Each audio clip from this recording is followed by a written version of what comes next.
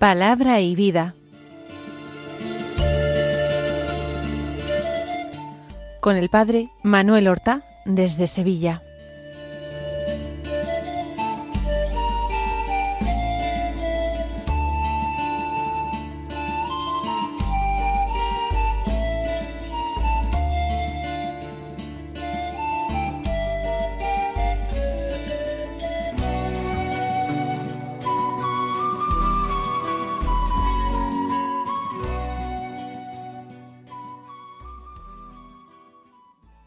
En el nombre del Padre, y del Hijo, y del Espíritu Santo.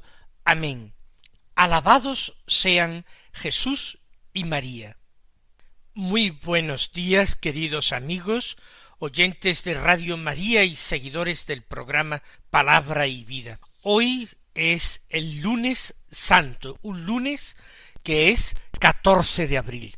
Estamos en la llamada Semana Mayor. Los días están cargados de una densidad espiritual muy importante. Tenemos que ir preparando el corazón para el Triduo Pascual, para la celebración de los días más santos de nuestro año litúrgico. Contemplamos a Cristo los últimos días del Señor en Jerusalén. El domingo de Ramos llegó a Jerusalén y luego salió de la ciudad. Él se retiraba por las noches a Betania, casa de sus amigos, Marta, María, Lázaro.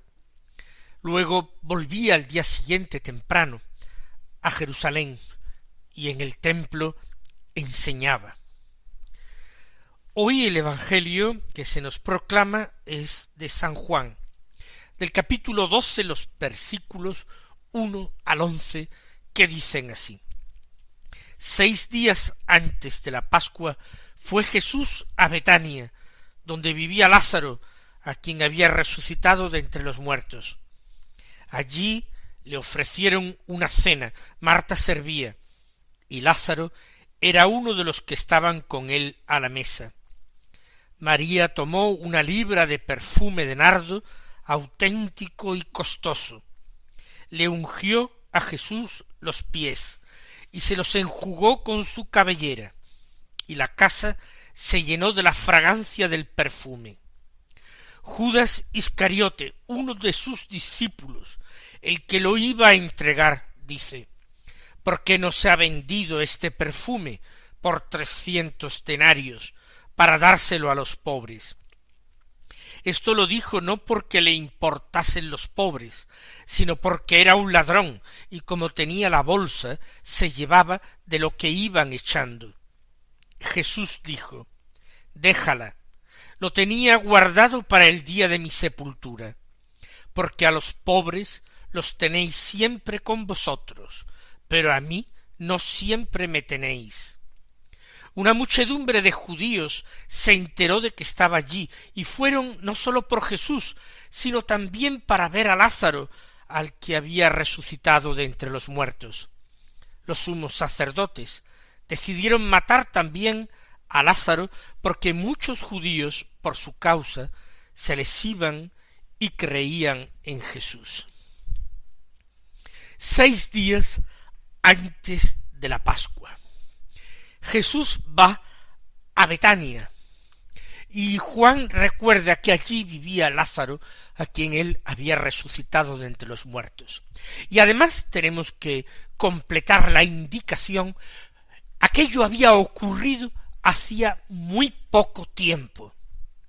Es quizás la primera visita después de la resurrección de Lázaro que Jesús hace a Betania.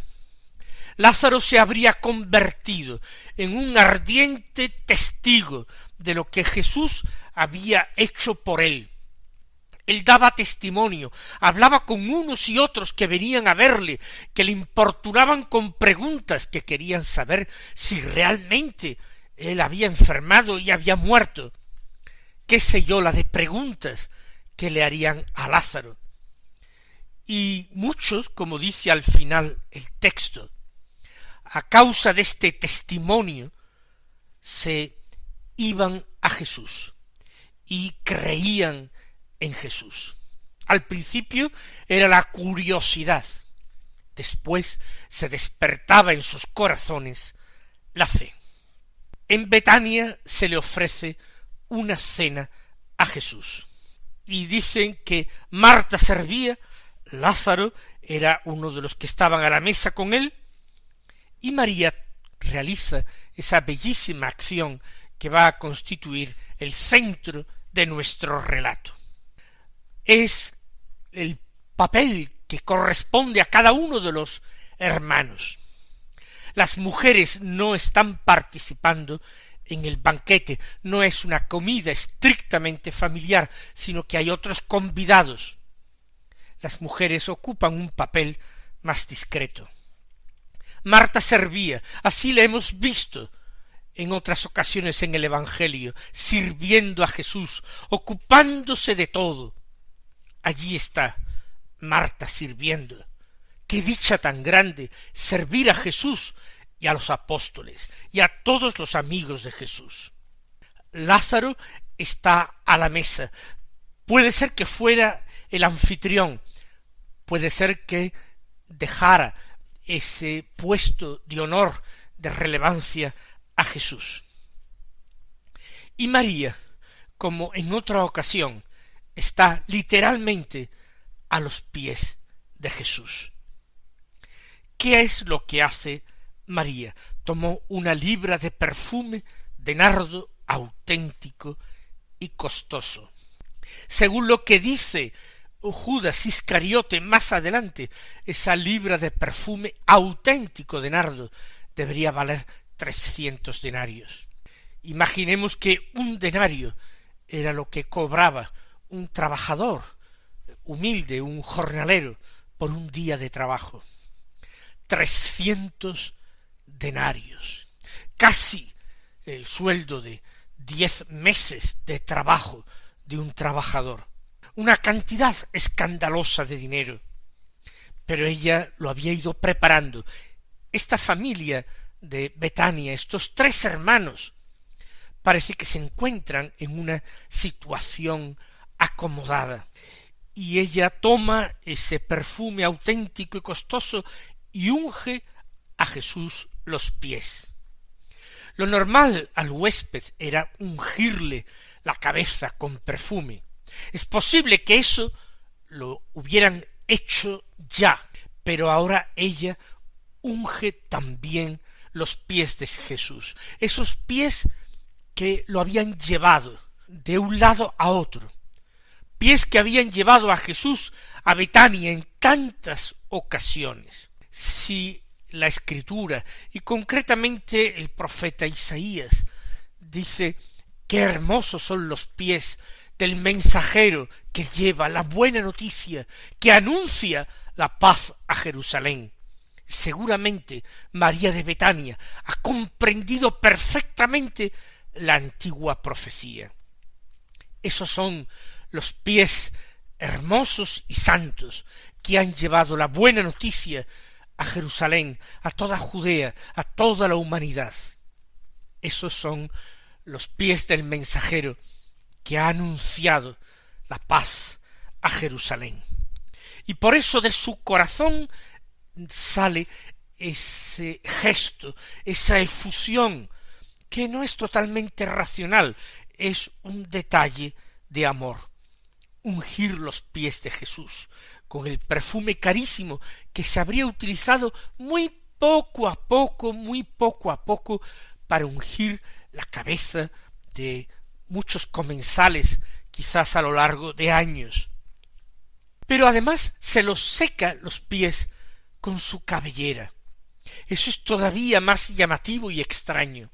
No quiere usar una toalla, cualquier tipo de lienzo, sino sus propios cabellos, para que el perfume que hubiera tocado los pies de Jesús pasara a su cabeza, empapara su cabeza, perfumara su cabeza, un gesto de humildad a los pies de Jesús literalmente.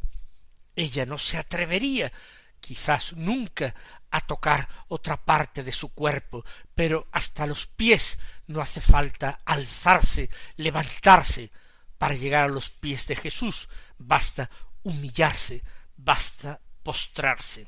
Y toda la casa se llenó de la fragancia del perfume. Esto es así, literal. Era un perfume extremadamente intenso, fuerte. El nardo, quien lo haya olido alguna vez, tiene un perfume de esta clase, intenso, fuerte. Si es un nardo concentrado, si el perfume era auténtico, quiere decir que inmediatamente todo el hogar se sentiría invadido por la fragancia del perfume. Pero evidentemente el autor del Evangelio, que es San Juan, nos está hablando en términos simbólicos. Todo su Evangelio es simbólico. La casa donde está Jesús, donde están los apóstoles, donde están los discípulos, donde están todos los que le aman. Esa casa no es solamente el hogar de Betania, es la iglesia, la gran casa de los amigos de Dios, de los hermanos de Jesús. Y esa casa de Dios, que es la iglesia, está permanentemente perfumada por la oración de los santos, por la entrega de sí mismas de las vírgenes, por el derramamiento de la sangre de los mártires, por la predicación de los apóstoles y de los misioneros. De ese perfume la iglesia entera se llena. Pero esto no lo comprende, el gesto no lo acepta Judas Iscariote. Juan da la razón, era ladrón y se iba llevando de lo que iban echando en la bolsa. La bolsa del Jesús y los apóstoles recoge limosnas y donativos con que la gente acude y subviene a las necesidades del Señor. No hay una contabilidad minuciosa. No se puede exactamente saber cuánto había en la bolsa, ni antes ni después. Es una bolsa familiar, por eso es fácil sustraer de ella. Y Judas se ha acostumbrado, eso es lo malo, que uno termina acostumbrándose al pecado, al principio, al pecado que no es grave. Después la costumbre de pecado va derivando, va llevando a pecados mayores.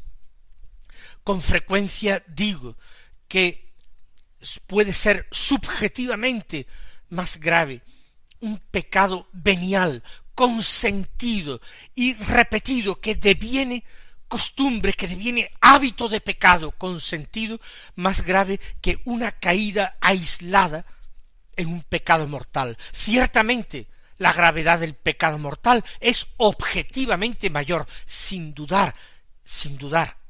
Sin embargo, subjetivamente, a la larga puede hacer más daño lo primero, porque de ese pecado mortal el pecador puede arrepentirse y llorarlo y corregirse y no volver a caer.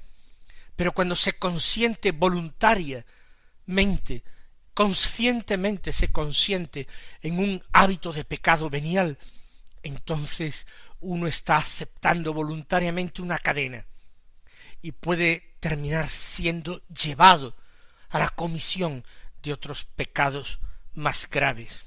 Seguramente Judas ha comenzado así, sustrayendo pequeñas cantidades, no sabemos con qué fin, si permitirse ciertos caprichos, si poder comer más y mejor que otros compañeros suyos, que a veces pasaban literalmente hambre, y ahí tenemos el episodio en que van arrancando espigas para comerse los granos de trigo al pasar, porque ni tienen dinero ni tiempo para otra comida.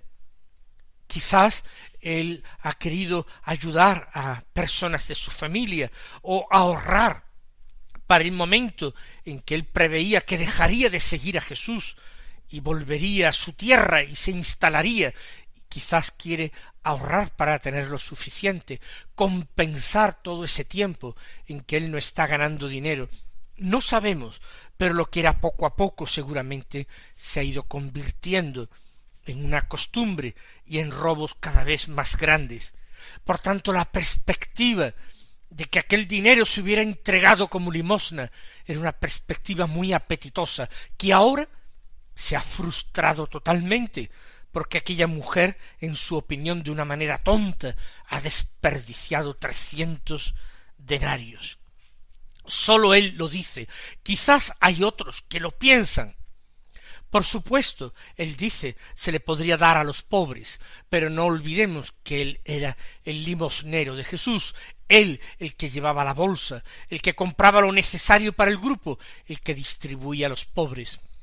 Podría decir que había distribuido a los pobres una cantidad mayor que la que realmente hubiera distribuido, y nadie le hubiera pedido cuentas, y nadie le podría haber acusado de robo.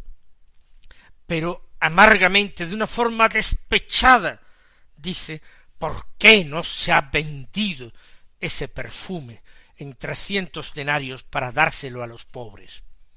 ¡Qué terrible mentira! La peor de las mentiras, cuando uno trata de justificar sus pasiones, sus codicias, sus avaricias, bajo capa de virtud, de preocupación por el prójimo, particularmente por el pobre.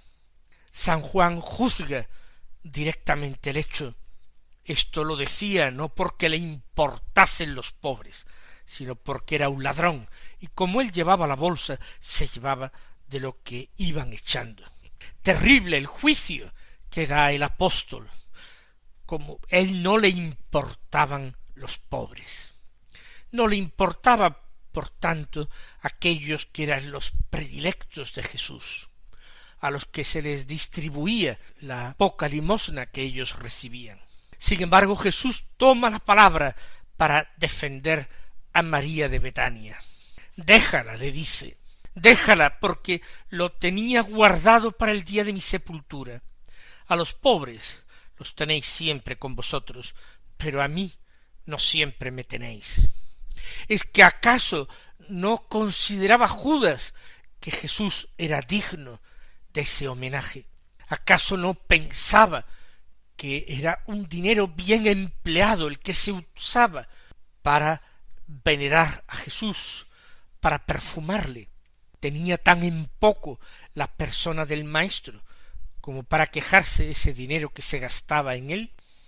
A veces vemos cristianos que también se quejan y se duelen porque se gasta dinero en el culto divino.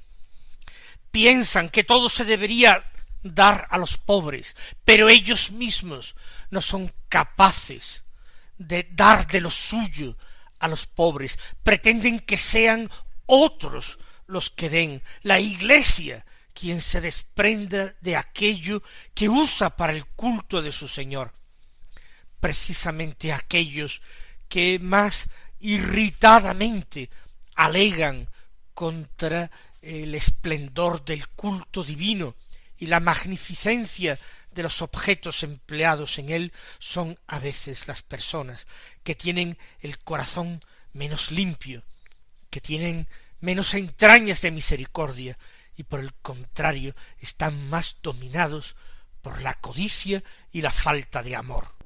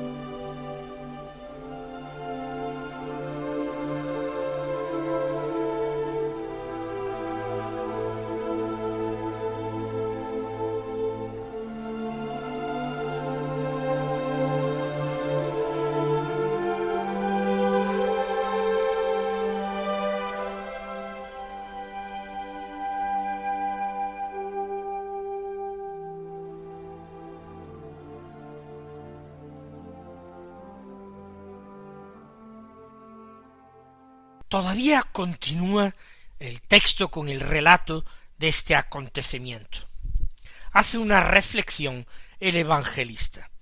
Una muchedumbre de judíos se enteró de que estaba allí, y fueron no sólo por Jesús, sino también para ver a Lázaro, al que había resucitado de entre los muertos.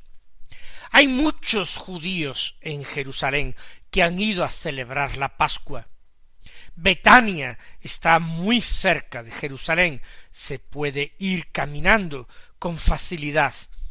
Por eso muchedumbres van a ver a Jesús, se enteran de que Jesús está allí, de que ha ido a Judea, y no quieren perder la ocasión, ya que han ido a Jerusalén a celebrar la fiesta, no quieren perder la ocasión de ver a Jesús, de escuchar a Jesús. Como saben dónde está, allá van. Interrumpen seguramente esa cena extraordinaria, esa cena en la casa perfumada, perfumada no sólo por el nardo, sino por el amor de María de Betania, por el amor de los hermanos Marta y Lázaro, que aprobaban sin reservas aquel gesto de su hermana. Pero ni siquiera era sólo por ver a Jesús. Dice San Juan que también para ver a Lázaro. Era la curiosidad. ¿Y qué es lo que había pasado al otro lado? ¿Qué había vivido, sentido, experimentado Lázaro en su muerte? ¿Qué podía contar del más allá? Son preguntas que intrigan, que llenan de curiosidad. Y a veces hay más interés por esto, por saciar curiosidad, que no por encontrarse con la verdad, con esa verdad que es Cristo. Hay personas que se han acercado también en nuestros tiempos de esta manera al Señor. Algunos de buena voluntad, pero con una intención que no era totalmente limpia, que no era la correcta, en que se mezclaban otras motivaciones distintas. Sin embargo, el Señor tuvo compasión de ellos y quiso ayudarles y premiarles en su búsqueda, y se dejó encontrar por aquel que apenas le buscaba, si acaso le buscaba solo nominalmente. Otras personas arruinaron una búsqueda emprendida porque se torcieron y se desviaron por otros caminos que no eran los derechos. Termina el texto que hoy consideramos con esta afirmación de San Juan.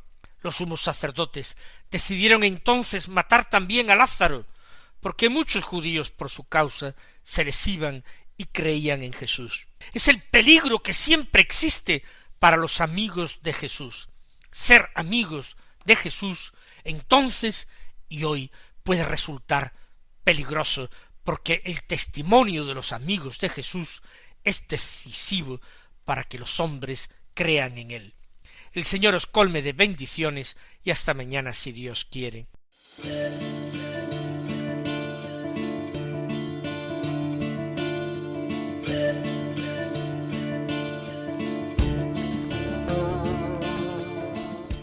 Han escuchado en Radio María Palabra y Vida,